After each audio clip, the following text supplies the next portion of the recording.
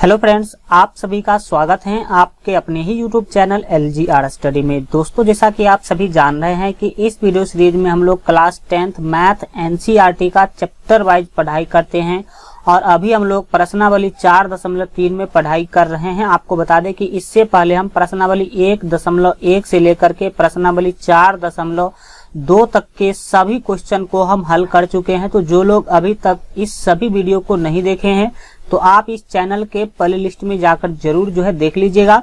चलिए आज का वीडियो शुरू करते हैं। आपको बता दें कि पिछले क्लास में हम प्रश्नावली 4.3 का आप देख सकते हैं 4.3 का हम लोग 3 क्वेश्चन तक देखे थे। क्वेश्चन नंबर 3 तक हम लोग पूरा कंप्लीट कर चुके हैं और आपको बता दें कि आज के क्लास में हम क्वेश्चन नंबर 4, 5 और 6 ये तीनों क्वेश्चन पूरे अच्छा से हम लोग देखने वाले। काफी बेस्ट तरीका हम लोग आज के इस वीडियो में यूज करने वाले हैं। तो अगर आप इस वीडियो को देख लेते हैं तो आपको ये तीनों क्वेश्चन पूरा आ जाएगा, पूरा आप सीख जाएंगे। तो इस वीडियो को लास्ट तक जरूर देखिएगा। चलिए क्लास स्टार्ट करते हैं। 4 नंबर क्वेश्चन से हम लोग स्टार्टिंग करेंगे क्लास का। यहाँ पर आप देख सकते हैं कि आपके सामने क्वेश्चन उपस्थित हैं। पहले क्वेश्चन को समझते हैं। क्वेश्चन के द्वारा बोला जा रहा है कि 3 वर्ष पूर्व मीन्स होता है पहले, ठीक है। तो इसको आप ऐसे भी पढ़ सकते हैं अपने शब्दों में, 3 वर्ष पहले रहमान की आयु का व्युत्क्रम और अब से 5 वर्ष पश्चात मतलब 5 वर्ष बाद, अब से 5 वर्ष बाद आयु के व्युत्क्रम का योग 1/3 है, उसकी वर्तमान आयु ज्ञात कीजिए। चलिए क्वेश्चन आपने पढ़ा, अब इस क्वेश्चन को अपने शब्दों में समझते हैं, क्योंकि जब तक आप क्वेश्चन नहीं समझेंगे तब तक आप आंसर या फिर आप क्वेश्चन को हल नहीं कर सकते हैं। तो चलिए क्वेश्चन को अपने शब्दों में समझते हैं। सबसे पहला यहाँ पर एक वर्ड आ रहा है व्युत्क्रम। क्या आ रहा है? व्युत्क्रम यह एक शब्द आ रहा है। तो सबसे पहले यह जान लेते हैं कि आखिर व्युत्क्रम का मतलब क्या होता है, व्युत्क्रम का मीनिंग क्या होता है। आप लोग 8th क्लास में पढ़े भी होंगे, जो लोग नहीं पढ़े उसको समझ में आ जाएगा अभी, ठीक है। देख लीजिए व्युत्क्रम का क्या मतलब होता है। हमने आपको बोला कि भाई क्या करो, x का व्युत्क्रम बताओ। क्या बताओ? x का आपको हमने क्या बोला कि व्युत्क्रम बताओ। तो किसी भी संख्या का जब आप व्युत्क्रम निकालते हैं तो उसको 1 के नीचे में लिख देंगे। तो x का व्युत्क्रम क्या हो जाएगा? 1/x। इसी तरह से अगर मैं कहूं आपको कि 5 का व्युत्क्रम निकालो तो 5 का व्युत्क्रम क्या होगा? 1/5 होगा। लेकिन अगर किसी क्वेश्चन में आ जाए 3/2, इसका व्युत्क्रम निकालने के लिए अगर आपसे कोई बोल दे तो आप कैसे इसका व्युत्क्रम निकालेंगे? तो व्युत्क्रम का मतलब ही होता है रिवर्स, ठीक है, यानी कि डायरेक्ट उसको पलट देना है। तो 3 वो नीचे आ जाएगा, 2 कहाँ चला जाएगा? ऊपर चला जाएगा। तो इस दोनों स्थिति में आपने सीखा कि किस तरह से हम किसी भी संख्या का व्युत्क्रम निकाल सकते हैं। तो व्युत्क्रम कैसे निकाला जाता है आप लोग समझ गए होंगे। अब व्युत्क्रम का मतलब क्या होता है वो आप समझ गए होंगे। जैसे कि x का मतलब किसी का भी अगर व्युत्क्रम निकालना है तो उसको 1 के नीचे लिख दीजिए। ये 1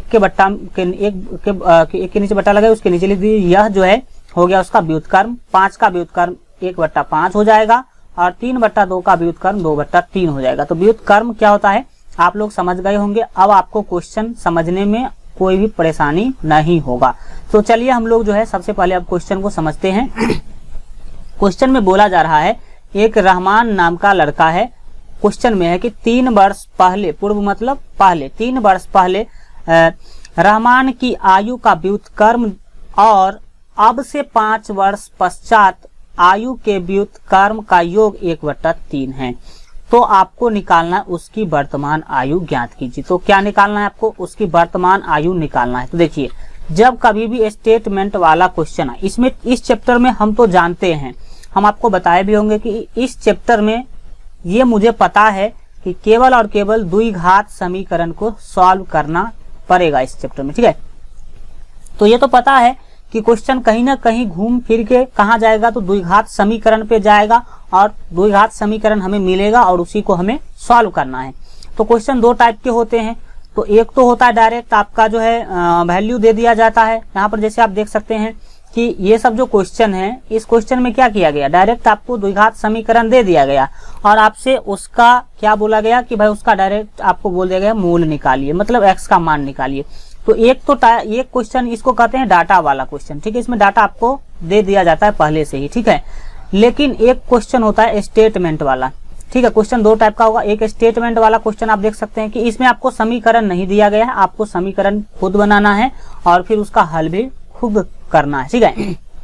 तो जब कभी भी इस टाइप का क्वेश्चन आ जाए, दैट मीन्स स्टेटमेंट वाला क्वेश्चन आ जाए, तो उसमें सबसे पहला आप क्या काम करेंगे, जो दिया गया है उसको ध्यान में रख लेंगे, फिर जो निकालना है उसी को मानेंगे। निकालना क्या है, तो उनकी वर्तमान आयु, वर्तमान मीन्स होता है अभी, अभी जो है उनकी किन की, तो रहमान की, रहमान का जो है वर्तमान आयु ज्ञात करना है आपको। तो स्टेटमेंट वाले क्वेश्चन में जो चीज निकालना होता है आपको, सबसे पहले उसी को हम लोग क्या कर लेते हैं, मानते हैं। तो याद रखिएगा, जो भी निकालना होगा आपको उसे आप क्या करेंगे, मानेंगे। तो हमें यहाँ पर निकालना है रहमान का वर्तमान आयु, क्योंकि आप देख सकते हैं बोला जा रहा है कि उसकी वर्तमान आयु ज्ञात कीजिए। तो जब आप इसे हल करेंगे, 4 नंबर क्वेश्चन को जब आप क्या करेंगे, हल करेंगे, तो सबसे पहले जो निकालना है उसको मानेंगे, ठीक है। तो यहाँ पर हम लिख लेंगे माना कि रहमान की वर्तमान आयु बराबर x वर्ष। क्या लिख लेंगे, माना कि रहमान की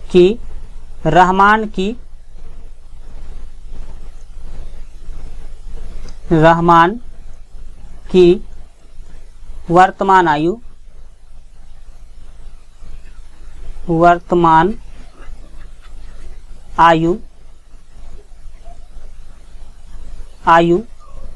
आयु मीन्स उम्र होता है, ठीक है। आप आयु जो है वर्तमान आयु बराबर x वर्ष, वर्तमान आयु बराबर x वर्ष, क्योंकि क्वेश्चन में वर्ष में मानना है, ठीक है। तो यहाँ पर सबसे पहला काम हमने क्या किया, लिखेंगे माना कि रहमान की वर्तमान आयु बराबर x वर्ष है।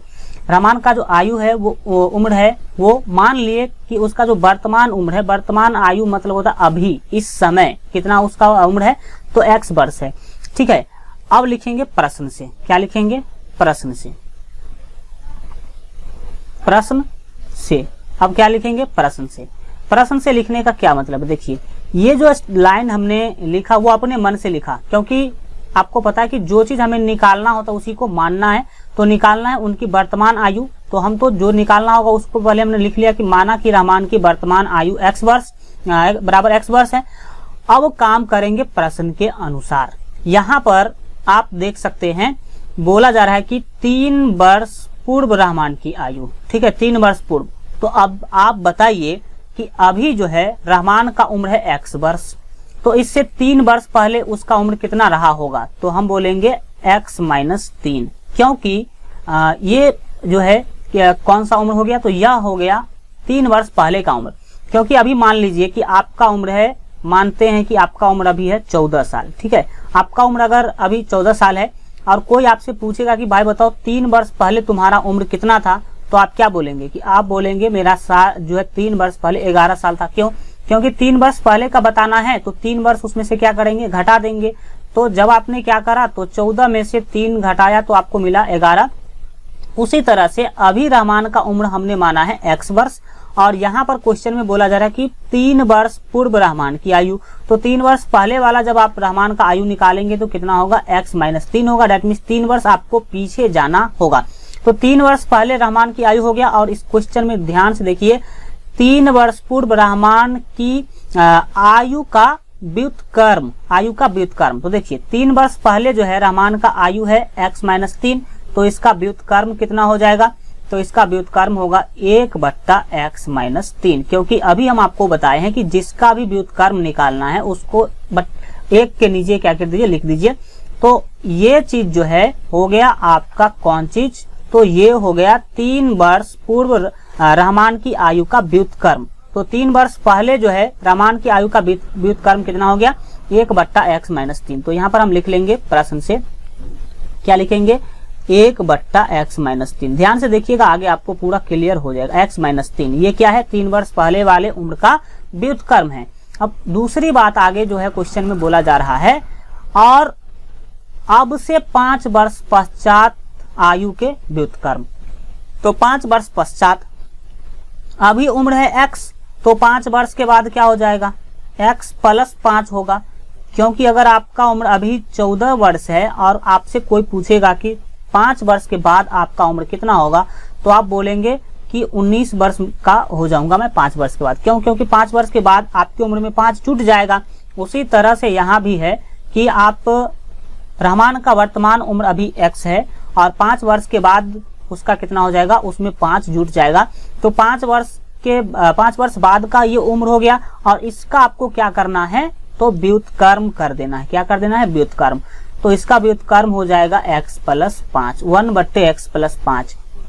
ये चीज आप क्या करेंगे, यहाँ पर ले लेंगे। तो हम यहाँ पर लिख लेते हैं 1/x प्लस 5। क्या लिखेंगे? x प्लस 5 लिख लेंगे। अब दो चीज हमने निकाल लिया क्वेश्चन में जो बोला जा रहा था। क्वेश्चन में पहला चीज तो बोला जा रहा था 3 वर्ष पूर्व रहमान की आयु का व्युत्क्रम। तो ये चीज जो है वो है 3 वर्ष पूर्व का रहमान की आयु का व्युत्क्रम है। और फिर बोला गया कि 5 वर्ष पश्चात आयु के व्युत्क्रम। तो 5 वर्ष के पश्चात वाला जो उम्र होगा वो उसका व्युत्क्रम आपका इतना होगा। बोला जा रहा है कि अब इस दोनों का जो योग है, इस दोनों का योग है वो बोला जा रहा है 1/3 है। 1/3 है। क्वेश्चन में देख सकते हैं। इसका मतलब प्रश्न से बोला गया कि इस दोनों को जब आप क्या करेंगे, जोड़ देंगे तो वो किसके बराबर हो जाएगा, तो 1/3 के बराबर हो जाएगा। ठीक है, इतना आपने समझा। क्वेश्चन में जो बोला गया हमने उतना किया। क्वेश्चन में बोला गया कि 3 वर्ष पश्चात के व्युत्क्रम, आयु का व्युत्क्रम और 5 वर्ष बाद वाले जो है जो उम्र है उसका व्युत्क्रम का जो योग है, यहाँ पर आप क्लियरली देख पाएंगे कि योग कितना है, 1/3 है। इसका मतलब जब आप इस दोनों को जोड़ेंगे तो 1/3 आपको क्या होगा, मिलेगा। तो ये जो स्टेटमेंट हमने लिखा, ये जो समीकरण आपको बना, ये कैसे बना आप समझ गए होंगे। अब आपको कुछ भी नहीं करना, इस समीकरण को हल कर लेना है, आप आंसर तक पहुंच जाएंगे। देखिए आपको निकालना क्या है, तो वर्तमान आयु ज्ञात करना है। तो वर्तमान आयु क्या है, x है। इसका मतलब अब आपको केवल x का मान निकाल लेना है। x का मान जैसे आप निकाल लेंगे तो आपको आंसर मिल जाएगा। चलिए अब आपको इसे सॉल्व कर लेना। चलिए सॉल्व करेंगे कैसे, सो आप ध्यान से देखिए। ये आप देख सकते हैं कि सिंपल बट्टा का जोड़ आप कर लेंगे। तो जोड़ करेंगे तो क्या होगा, x - 3 और x प्लस 5 का आप एलसीएम लेंगे सबसे पहले। तो एलसीएम दैट मीन्स जो लॉसा होता है, अगर जिसका भी लॉसा नहीं आपको आता हो तो उसको केवल गुना के रूप में क्या कर लीजिए, तो लिख लीजिए x - 3 और फिर x - 3 हम यहाँ पर क्या करेंगे, लिख लेंगे गुना के रूप में। ठीक है, यहाँ पर गुना है। फिर हम आप भाग जानते होंगे, बट्टा का भाग, x - 3 से भाग देंगे इसमें तो x - 3 कट जाएगा। x ये सॉरी ये x प्लस 5 है, ये देख सकते हैं x प्लस 5 लिखना होगा। यहाँ पर क्या लिखना होगा, तो x प्लस 5 लिखना होगा क्योंकि दोनों को गुना करके लिखना होता है। तो x - 3 से x - 3 कट जाएगा, क्या बचेगा x प्लस 5। और x प्लस 5 को जब आप 1 से गुना करेंगे तो क्या होगा ऊपर में, तो x प्लस 5 ही होगा। क्या होगा, x प्लस 5 होगा। फिर बीच में यहाँ पर आप देख सकते हैं कि प्लस का चिन्ह है तो हम प्लस का चिन्ह ले लेंगे और फिर x प्लस 5 से भाग देंगे इसमें एलसीएम में, तो x प्लस 5 कट जाएगा, क्या बचेगा x - 3। और x - 3 को जब आप इस 1 से गुना करेंगे तो 1 से गुना करने पर कोई फर्क नहीं पड़ता है, तो x - 3 होगा। फिर दाहिने में आप देख सकते हैं कि 1/, क्या हो जाएगा, 3 हो जाएगा। ठीक है, अब आप इसको क्या कर लेंगे, आगे जो है सॉल्व करेंगे। यहाँ पर देखिए कि अगला स्टेप हम क्या कर रहे हैं, एक एक स्टेप देखिए कि इस स्टेप से इस स्टेप पर कैसे आ रहे हैं, हम क्या कर रहे हैं। तो चलिए समझते हैं। अब यहाँ पर आप ऊपर वाले को ऊपर में देख सकते हैं कि 1x और 1x, कितना x हो जाएगा, तो ये हो जाएगा 2x। क्या होगा, 2x। और फिर ये 5 और -3, मतलब 5 में से 3 आपको घटाना है तो कितना हो जाएगा, तो 2 हो जाएगा। प्लस कितना होगा, 2 होगा। नीचे आप देखेंगे इस दोनों को गुना करना है नीचे आपको, तो गुना करेंगे जब आप, तो गुना करने की स्थिति में क्या होता है वो आपको समझना होगा। तो पहले x से इस दोनों को गुना करेंगे, फिर -3 से इस दोनों को गुना करेंगे। तो देखिए x से जब आप x को गुना करेंगे तो क्या होगा, x² होगा। फिर x से जब आप 5 को गुना करेंगे तो प्लस 5x होगा, कितना होगा, प्लस 5x होगा। फिर आप जब -3 से गुना करेंगे x को तो -3x होगा, कितना होगा, -3x। ठीक है, और फिर जब आप 3 से 5 को गुना करेंगे तो -3 गुने 5 तो हो जाएगा -15, कितना हो जाएगा, तो -15 हो जाएगा। तो यहाँ पर हम लिख देंगे -15। और दाहिने में अब आप देख सकते हैं क्या है, 1/3 है, तो इसको सेम टू सेम हम रहने देंगे। फिर हम आज बढ़ेंगे आगे और यहाँ पर अब आपको क्या कर लेना है, एक स्टेप और करेंगे फिर आप उसको सॉल्व कर लेंगे। ठीक है, तो ऊपर आप देख रहे हैं कि जो है उसको सेम टू सेम लिख लेंगे। ऊपर जो भी दिया रहेगा उसको आप क्या करेंगे तो सेम टू सेम लिख लेंगे। तो ऊपर क्या है 2x प्लस 2 है, 2x और प्लस 2 है तो उसको सेम टू सेम लिख लेंगे। यहाँ पर x स्क्वायर है तो same to same x square लिख लीजिए। और इस चीजों को क्लियरली देखिए, बोला जा रहा है कि 5x माइनस 3x, मतलब 5x में से आप 3x घटाएंगे तो कितना x हो जाएगा तो 2x हो जाएगा। तो यहाँ पर हम लिख लेंगे प्लस 2x, प्लस 2x लिखेंगे क्योंकि जब आप प्लस 5 में से 3 को घटाते हैं तो 2 ही बचेगा। और माइनस 15 है तो माइनस 15 हम यहाँ पर सेम टू सेम लिख लेंगे। और फिर दाहिने में 1/3 ही अभी आगे बढ़ता रहेगा, ठीक है। फिर आप अगले स्टेप में क्या करेंगे तो कोना कोनी गुना कर लेंगे। कोना कोनी गुना में क्या करेंगे, इस सभी को आप 1 से गुना करेंगे और 2x प्लस 2 को 3 से गुना करेंगे। तो चलिए गुना करते हैं। इस सभी को जब आप 1 से गुना करेंगे तो सेम टू सेम लिख लेना होगा, x स्क्वायर प्लस 2x और माइनस 15। तो हम यहाँ पर लिख लेंगे x स्क्वायर प्लस 2x और माइनस 15 हम यहाँ पर सेम टू सेम लिख लेंगे। फिर दाहिने तरफ आप देख सकते हैं कि 2x को जब आप 3 से गुना करेंगे तो ये हो जाएगा 6x, क्योंकि द्वितीय 6 होता है। और फिर 2 को 3 से गुना करेंगे तो द्वितीय कितना हो जाएगा तो 6 होगा। तो हम यहाँ पर लिख लेंगे प्लस 6। क्या लिखेंगे प्लस 6 लिख लेंगे। फिर अगले स्टेप में आपको क्या कर लेना है, जो दाहिने हैं उस सभी को बाएं ले आइए। तो बराबर के दाहिने में जो है उस सबको बाएं लाएंगे। पहले बाएं में जो चीज है उसको सेम टू सेम लिख लेना होगा आपको। तो x स्क्वायर है प्लस 2x है और फिर माइनस 15 है, तो इसको बाएं रहने देंगे। और दाहिने में जितने भी चीजें हैं सभी को आपको बाएं लाना है। तो प्लस 6x है, माइनस आएगा तो बाएं आएगा तो माइनस 6x हो जाएगा। फिर प्लस 6 जो है वो बाएं आएगा तो माइनस 6 हो जाएगा। अब दाहिने में क्या बचा तो कुछ नहीं बचा तो 0 बचा, ठीक है। अब आप अगले स्टेप में क्या करेंगे देखिए ध्यान से। अगले स्टेप में आप देख सकते हैं कि स्क्वायर वाला एक ही है तो हम यहाँ पर same to same x square लिख लेंगे, ठीक है। और यहाँ पर आप देख सकते हैं कि प्लस 2x और माइनस 6x, मतलब 2 में से आपको 6 घटाना है तो नहीं घटेगा। इसका मतलब है 6 कर्ज है और 2 दे रहे हैं तो कर्ज कितना बच जाएगा तो 4 कर्ज बच जाएगा। इसका मतलब 4x हम यहाँ पर क्या करेंगे लिखेंगे।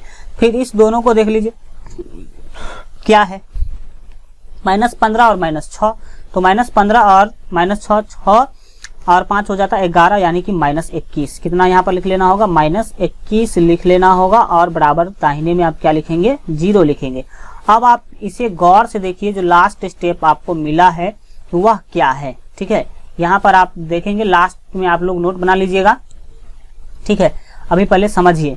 तो ये आप देख सकते हैं कि यह एक कंप्लीट द्विघात समीकरण आपको मिल चुका है और अब आप इसे हल करके आंसर तक पहुंच सकते हैं। तो किसी भी विधि से आप हल कर सकते हैं क्योंकि क्वेश्चन में विधि नहीं लिखा गया है। तो a को c से गुना करेंगे तो a का वैल्यू 1 है, c का वैल्यू 21 है, ठीक है। ये 21 है, याद रखिए 21 है। तो 21 को जब आप 1 से गुना करते हैं तो क्या होगा 21 होगा। और इसका ऐसा 2 गुणनखंड आपको निकालना जिसे घटा करके आपको 4 पूर्णा चाहिए, क्योंकि b का मान है 4। तो जब आप इसका गुणनखंड निकालेंगे तो आप इसे क्या करेंगे 3 से दे दीजिए, क्योंकि 2 से तो लगेगा नहीं। तो 3 सत्ते हो जाएगा 21। तो एक गुणनखंड 7 हो गया, दूसरा हो गया 3, क्योंकि 7 में से आप 3 क्या कर देंगे घटा देंगे। तो यहाँ पर आपको 4 क्या होगा पूर जाएगा। और ये माइनस का चिन्ह इसीलिए हमें घटा करके पुराना है। तो 21 का 2 गुणनखंड हमें मिल गया, एक 7 और एक 3। अब इसी के आधार पर बीच वाले को तोड़ेंगे, ये तो फिक्स रहेगा same to same x square. अब माइनस 4x को आप जो है लिखेंगे, क्या चीज लिखेंगे तो माइनस 4x को आप लिख सकते हैं प्लस 3x और माइनस 7x, प्लस 3x और माइनस 7x। इससे क्या होगा, क्योंकि देखिए फिर से हम लिख देते हैं, अच्छा होगा। क्योंकि देखिए आपको दिया गया माइनस 4x, यहाँ पर देख सकते हैं इसी को 2 भाग में तोड़ना होता है। तो माइनस 4x आपको दिया गया है, आपको हम उसे बोल रहे हैं लिखने के लिए प्लस 3x और माइनस 7x, ठीक है, माइनस 7x। इससे क्या होगा तो 7 में से ये जो माइनस 7 है और ये प्लस 3 कितना हो जाएगा फिर माइनस 4 ही हो जाएगा।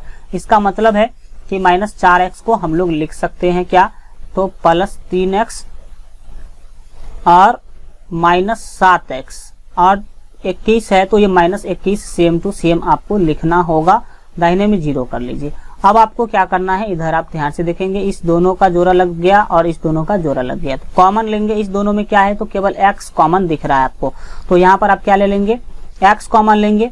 तो x स्क्वायर को जब आप x से भाग देंगे तो x बचेगा। फिर आप 3x को x से भाग देंगे तो x कट जाएगा, बचेगा +3। तो यहाँ पर हम +3 ले लेंगे। फिर आप देख सकते हैं कि माइनस दोनों जगहों पे हैं। इस दोनों में जब कॉमन लेने के लिए आप जाएंगे तो देख सकते हैं कि माइनस दोनों जगहों पे है, और जो चीज दोनों जगहों पे हो वो कॉमन हम लोग ले लेते हैं। तो ये तो आपका ठीक ठाक है। इधर आपका ये रहेगा। और सबसे पहला लेंगे हम कॉमन लेंगे माइनस के बाद देख सकते हैं कि 7 से ये भी कट रहा है, 7 से ये भी कट रहा है, तो हम 7 ले लेंगे कॉमन, क्योंकि 7 का 7 और 7 से 21 कट जाएगा। ठीक है, तो यहाँ पर हम 7 कॉमन ले लेंगे। और फिर x यहाँ है, x यहाँ नहीं है, तो x कॉमन नहीं आएगा। अब आप -7 से -7x को जब आप भाग देंगे तो -7 से -7 कट जाएगा, क्या बचेगा, x बचेगा। और फिर माइनस से माइनस को भाग करेंगे तो ये प्लस हो जाएगा। और 7 से 21 को भाग करेंगे, 7 से 21 को, तो 7 या 21 हो जाएगा। फिर दाहिने में क्या हो जाएगा, तो 0 हो जाएगा। अब अगले स्टेप में आपको क्या करना है, ध्यान से देखिए, दोनों कोष्ठ देखिए x + 3 और x + 3, तो उसमें से कोई एक आप ले लीजिए। तो हमने x + 3 ले लिया। और अब बाहर में देख सकते हैं यहाँ x है और यहाँ -7 है। ठीक है, तो इसको एक कोष्ठ में बंद कीजिए, क्या चीज, तो x और -7 को। ठीक है, और ये है किसके बराबर, 0 के बराबर। अब हम क्या करेंगे, तो लिखेंगे अब आपको इसको एक बार 0 के बराबर और इसको एक बार 0 के बराबर। तो x + 3 को जब आप 0 के बराबर करते हैं और फिर क्या करते हैं, तो x - 7 को 0 के बराबर करते हैं तो मिलेगा आपको क्या, सो देखिए यहाँ पर x, ये 3 जाएगा दाहिने, तो ये हो जाएगा -3। ठीक है, और यहाँ पर x बाएं लेंगे और 7 दाहिने जाएगा, तो ये हो जाएगा +7। क्या हो जाएगा, +7 यहाँ पर आपको मिलेगा। अब हम आपको पहले ही बता चुके हैं कि आपको क्या करना है, तो x का मान निकालना था। अब क्वेश्चन में आप देख सकते हैं कि x का 2 मान आ रहा है, 3 भी और 7 भी। तो हम कौन सा मान लें, तो क्वेश्चन के अनुसार जो है हमारा क्या होगा, आंसर होगा। तो देखिए क्वेश्चन में क्या बोला गया है, ये x निकालना था हमें, लेकिन x है क्या वो एक बार आप गौर से देख लीजिए, फिर आप खुद भी इसे डिसाइड कर सकते हैं। ठीक है, हल्का इधर हो जाए,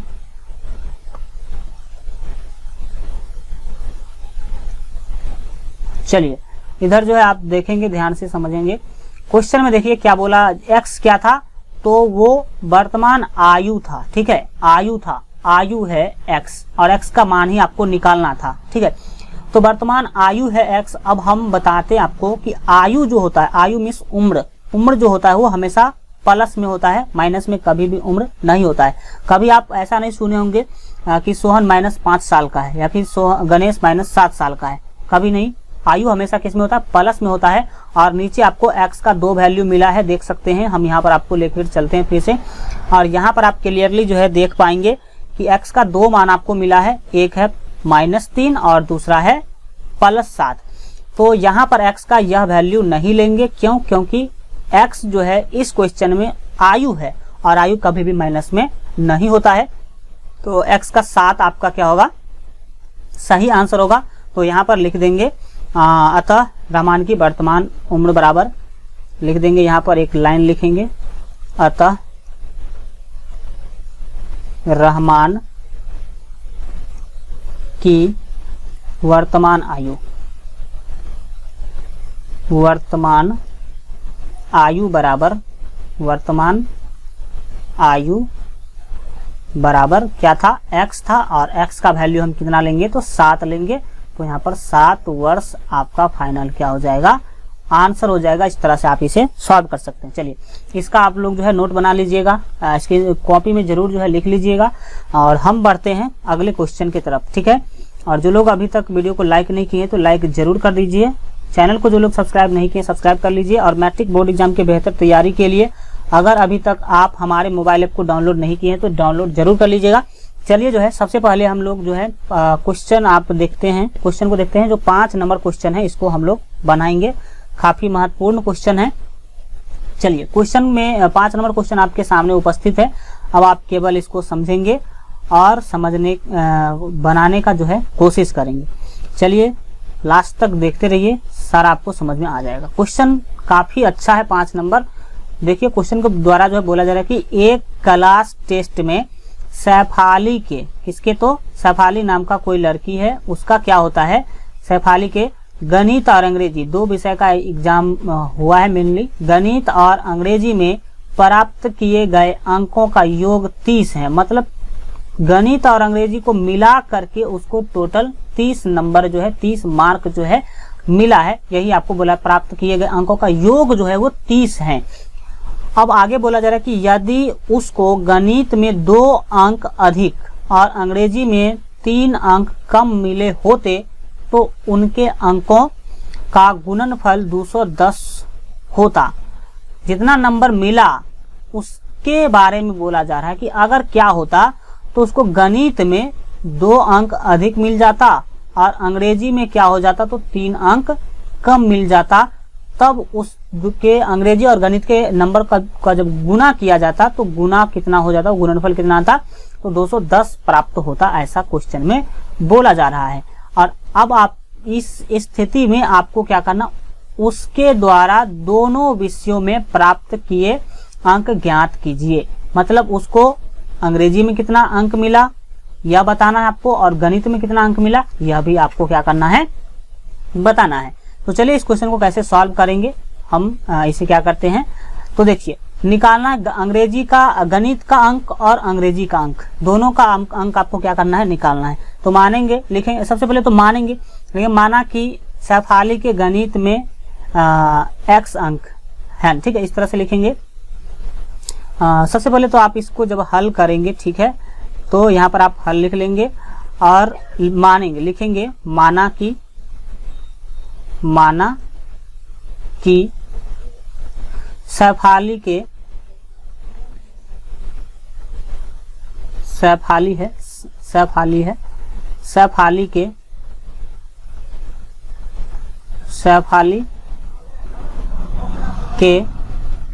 ठीक है, सैफाली के गणित में अंक बराबर, सैफाली के गणित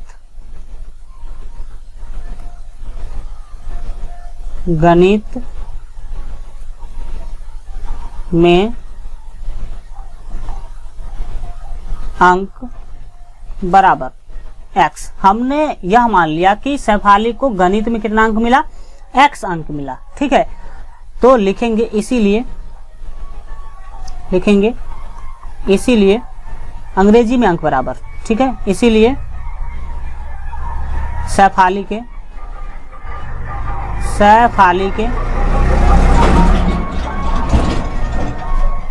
अंग्रेजी, क्योंकि अंग्रेजी के बारे में चर्चा है, अंग्रेजी में अंक बराबर। देखिए क्वेश्चन में अब एक बात फिर से देख लीजिए, क्वेश्चन में बोला जा रहा है गणित और अंग्रेजी का योग है 30, मतलब दोनों मिला करके 30 मार्क उसको मिला है। और हम क्या कर लेते हैं, गणित का अंक अगर x मान लेते हैं तो अंग्रेजी का अंक कितना हो जाएगा, तो 30 माइनस x हो जाएगा। 30 माइनस x ये होगा अंग्रेजी का अंक। ऐसा क्यों, क्योंकि दोनों को मिला करके 30 हो रहा है और उसमें से एक गणित का अंक है x। तो अगर अंग्रेजी का पूछा जाए तो कुल में से आप गणित के अंक को घटाएंगे तब तो आपको अंग्रेजी का अंक क्या होगा, मिलेगा। इतना करने के बाद अब लिखेंगे प्रश्न से। यहाँ पर क्या लिखेंगे, प्रश्न से मतलब ऊपर जो हमने किया वो तो अपने अनुसार किया, अब किसके अनुसार काम करेंगे, प्रश्न के अनुसार।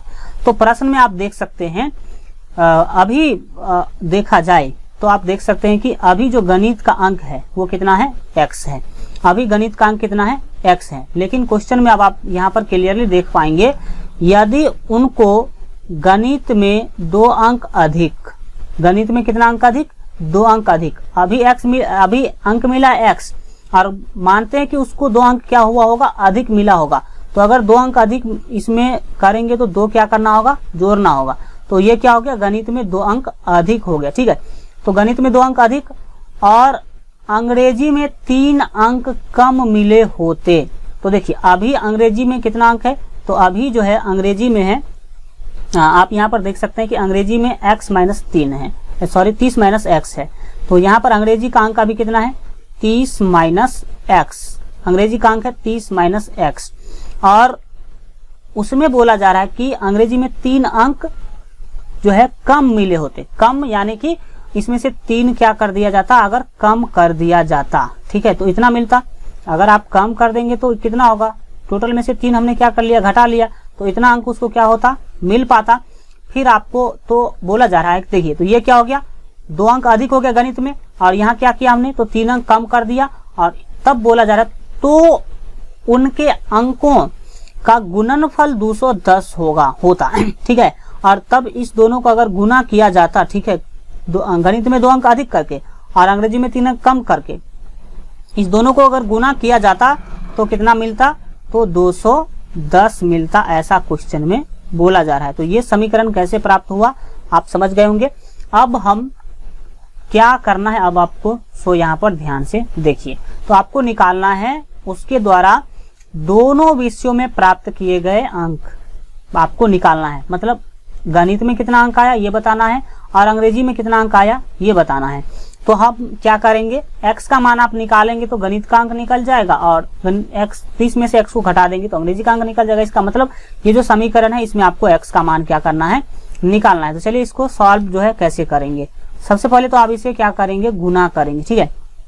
और गुना करने के लिए हम क्या कर देते हैं, तो एक बात आप यहाँ पर ध्यान से देखेंगे, ये क्या है, x प्लस 2 है, इसको सेम टू सेम क्या कर लेंगे, लिख लेंगे x प्लस 2, और फिर आप देख सकते हैं यहाँ पर गुना का साइन ले लेंगे। फिर क्या करेंगे, 30 में से जब आप घटाते हैं 3 तो क्या मिलेगा आपको, 27 मिलेगा, ठीक है, 27, और माइनस ये क्या होगा, तो x होगा।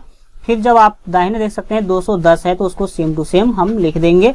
फिर अब आपको क्या कर लेना है, तो यहाँ पर आप देख सकते हैं कि जो x माइनस 2 है, ठीक है, उससे आपको 27 माइनस एक्स को गुना करना है। तो x से एक बार क्या करना होगा, 27 माइनस एक्स को गुना करना होगा, और फिर 2 से भी आपको इसको दोनों को गुना करना होगा।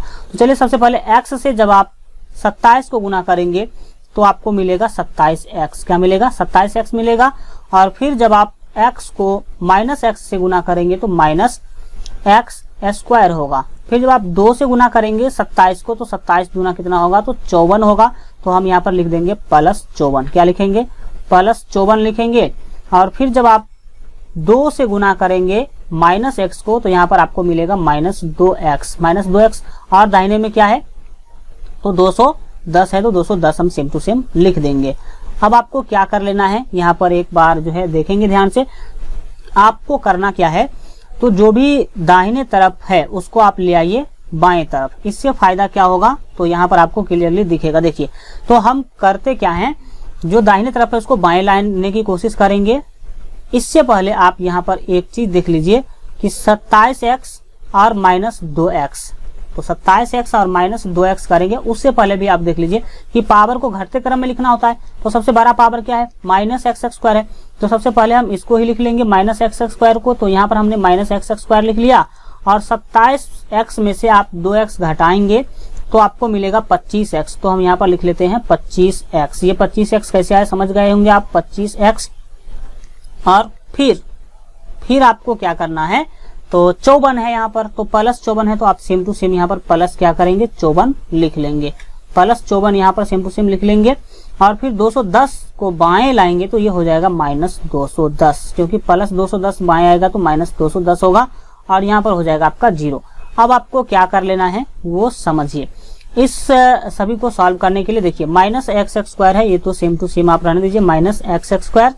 और ये 27x जो है ये आप हल्का ध्यान देंगे, माइनस 27x होगा, क्या होगा, ये जो प्लस 27x माइनस 27 होगा।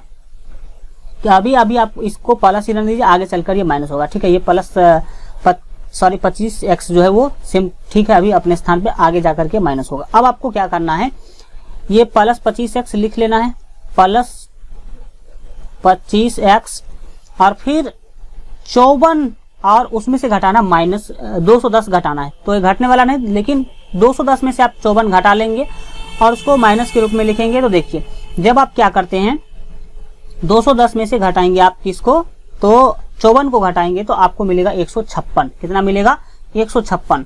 तो यहां पर हम लिख देंगे माइनस 156, माइनस 156 लिखेंगे, और बराबर में क्या है, तो 0 है। अब आगे क्या करेंगे आप ध्यान से जो है समझने की कोशिश करिएगा। चलिए यहाँ पर अब आप देख सकते हैं कि फर्स्ट पद में ही माइनस लगा हुआ है, तो कोशिश करना है ये कि फर्स्ट पद में से माइनस आपको हटा देना है। तो जब आप फर्स्ट पद में से माइनस हटाएंगे तो क्या होगा, यहाँ पर माइनस कॉमन ले लीजिए। माइनस कॉमन लेंगे तो ये क्या हो जाएगा, प्लस एक्स स्क्वायर हो जाएगा। प्लस जो है वो क्या होगा, माइनस 25x हो जाएगा। और ये माइनस जो है ये क्या हो जाएगा, प्लस 156 हो जाएगा। और दाहिने में क्या है, 0 है। अब इस जीरो को आप, इस माइनस को आप दाहिने भेज दीजिए तो क्या बचेगा आपको, यहाँ पर देख सकते हैं ये होगा आपका एक्स स्क्वायर, ठीक है, और माइनस 25x और प्लस 156x, प्लस 156 है, सीधे x में x नहीं लगा हुआ है, प्लस 156। ये अब आप देख सकते हैं कि ये कंप्लीट समीकरण मिल गया आपको, द्विघात समीकरण। अब इसे आप किसी भी विधि से हल कर लीजिए, आप आंसर तक पहुंच सकते हैं। तो चलिए इसको जो है हल करते हैं, ध्यान से देखेंगे, समझने की कोशिश करेंगे। यहाँ पर हम जब आप जो है इसको लिखेंगे तो कैसे लिखेंगे, देखिए ये एक्स स्क्वायर है तो इसको तो सेम टू सेम लिख लीजिए, ठीक है। और माइनस 25x जो है, माइनस 25x जो है आप इसको लिखेंगे माइनस 12x और माइनस 13x। क्या लिखेंगे, तो लिखेंगे माइनस 12x और माइनस 13x, क्योंकि देखिए माइनस 12 और 13 156 का ऐसा गुणनखंड है जिसको जोड़ने पर आपको मिलेगा 25। और यहाँ पर आप क्या करेंगे, प्लस 156 लिखेंगे, प्लस 156 और बराबर में क्या है, 0 है। इस दोनों का जोड़ा लगा लीजिए, इस दोनों का जोड़ा लगा लीजिए और कॉमन लेने के बाद आप आंसर तक पहुंच सकते हैं। तो देखिए यहाँ पर अब करना क्या है, x कॉमन यहाँ पे आएगा तो हम यहाँ पर लिख लेंगे x, और x से एक्स स्क्वायर को भाग जब आप करेंगे तो क्या मिलेगा आपको, x मिलेगा। और यहाँ पर देख सकते हैं कि x से x कट जाएगा तो क्या होगा, माइनस 12 बचेगा, ठीक है, माइनस 12। और यहाँ पर आप पहले माइनस ले लीजिए कॉमन, माइनस 13 कॉमन लेना होगा। यहाँ पर आपको माइनस 13 कॉमन लेंगे तो माइनस 13 से माइनस 13 कट जाएगा, x बचेगा तो यहाँ पर x लेंगे माइनस, और ये प्लस क्या होगा, माइनस होगा। 156 को 13 से भाग करेंगे तो आपको मिलेगा 12, तो ये यहाँ पर आप 12 लिख लेंगे, बराबर में 0 है तो 0 लिख लेंगे। अब आपको क्या करना है तो समझिए, यहाँ जो x माइनस 12 उसमें से कोई एक ले लीजिए, x माइनस 12, और फिर आप दाहिने में देख सकते हैं कि अब एक और बाहर में देख सकते हैं कि x और यहाँ पर माइनस 13 है, तो हम x और माइनस क्या करेंगे, तो 13 ले लेंगे, और बराबर में 0 है तो हम ले लेंगे बराबर में 0। अब आपको क्या कर लेना है, तो दोनों को सॉल्व कर लेना है, ठीक है। तो सॉल्व जब करेंगे लिखेंगे अब आप एक बार इसको 0 के बराबर करेंगे, यानी कि x माइनस 12 को 0 के बराबर करेंगे, और एक बार आप x प्लस 12 को 0 के बराबर करेंगे। तो यहाँ पर हम लिख देंगे x प्लस 12, ठीक है, sorry x plus 13, x plus 13 बराबर आप 0 करेंगे, होगा क्या, तो यहाँ पर आप ध्यान से देखेंगे x और दाहिने में क्या चला जाएगा, माइनस 12, तो ये चला जाएगा प्लस 12। फिर आप आगे देखेंगे तो ये x है और ये माइनस है, देख लीजिए x माइनस 13 है तो ये प्लस नहीं होगा, ये माइनस 13 होगा, तो दाहिने जाएगा तो ये प्लस 13 होगा। अब आपको करना क्या है, देखिए x का 2 मान मिल गया, 12 और 13 2 मान मिला है, तो दोनों आपका आंसर हो सकता है, दोनों आपका आंसर हो सकता है। तो हम जो है यहाँ पर जो है 12 या 13 तो लिखेंगे, इसलिए सैफाली के गणित में अंक बराबर लिखेंगे, इसीलिए सैफाली के